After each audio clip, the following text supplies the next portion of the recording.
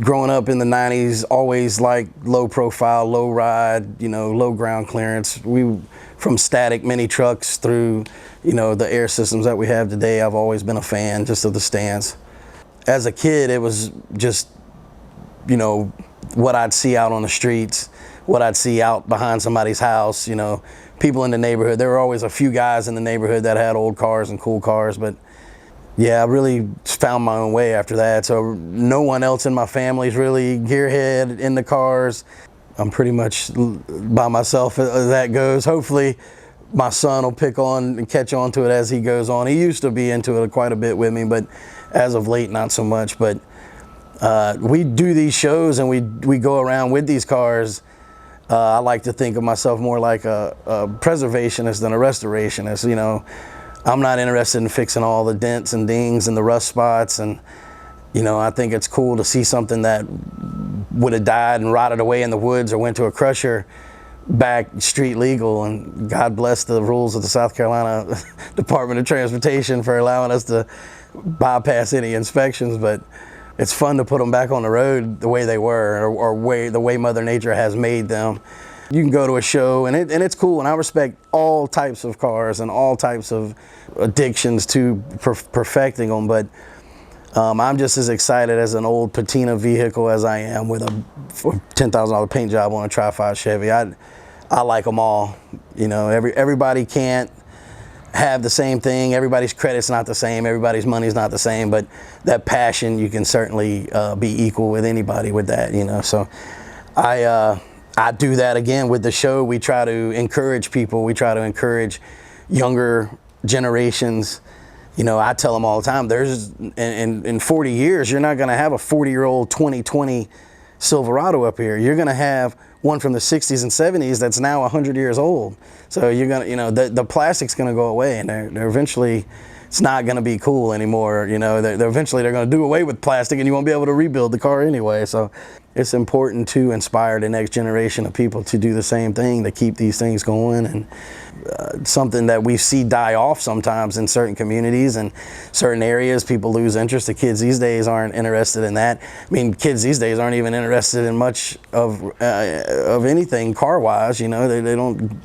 We were bound by our ability to move around as a kid, and they're not like that anymore. They can reach the far edges of the world sitting on their phone, But if we had to hang out, you had to pedal that bike, you had to go up that hill. Coming home was going to be all right. You could coast home, but going was going to be tough. But we'd get out and do it. And driving, I can't imagine not having ability to have a car and get out and get, just drive and move around.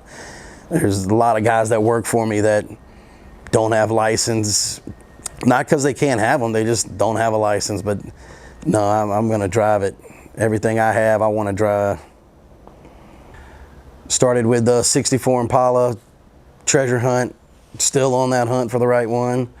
Started there, picked up a 4-door, started driving it, loved the original controls, the no power brakes, loved the feel of the 3 on the tree, and decided that for a while I would keep the vehicles as close to stock and close to original as I could.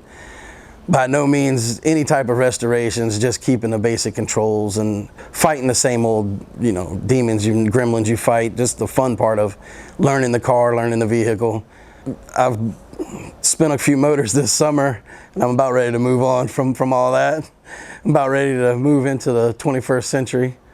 So definitely looking at doing some fuel injection and some power brakes and some motor changing and following the trend of LS and everything. I mean, I don't care if it's Ford, Chevy, or a milk truck, it may end up with an LS motor in it. This is my 71 GMC long bed. This truck was a local truck. I found it sitting under an oak tree and it was full of acorns. I was drawn to it for the original paint, or somewhat original paint on it. The old guy that I bought it from was happy to get rid of it. It had been sitting for 19 years and hadn't ran. So we brought it home, of course, tore it apart, bagged it. This truck has been built for 3 years now. A couple of our friends of mine, we built it right here in this shop. I put a lot of miles on it. It'll drag the bumper, so of course we got titanium on the bumper. I mean, but if you've seen this truck, you've probably seen it dragging around, shooting sparks somewhere. Now the milk truck, it is a 1965 Boyerton body milk truck. It is VIN'd from Chevrolet as a cow and chassis. So it came from the factory with just the cow and the chassis, and Boyerton Body, who was an old carriage maker, built the body on that truck. This truck I found on the internet of all places, looking at C10 parts. It came up, it was on the side of the road in Pennsylvania on 81.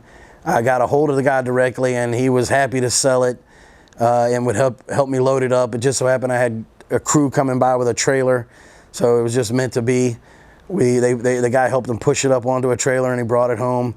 We took the original 292 straight six and ran it for a couple of years now. Original transmission, you know, granny and 3-speed, and we've driven that truck to Charleston and back. We've taken it through the Mardi Gras, the Folly Gras parade back last year. So it's a lot of fun. It's a one-seater, but I haven't had any problems with anybody riding around, sitting down inside of there. So, but it's a fun truck to drive. It's in the process now of getting a new motor. It's going to get a V8. That was one of the motors I spoke about earlier that we roasted, and it's going to get a whole new suspension. So it'll be bagged. It'll be V8. It'll be a lot easier and to move around with it. So overdrive for sure. So that's next on the list this winter.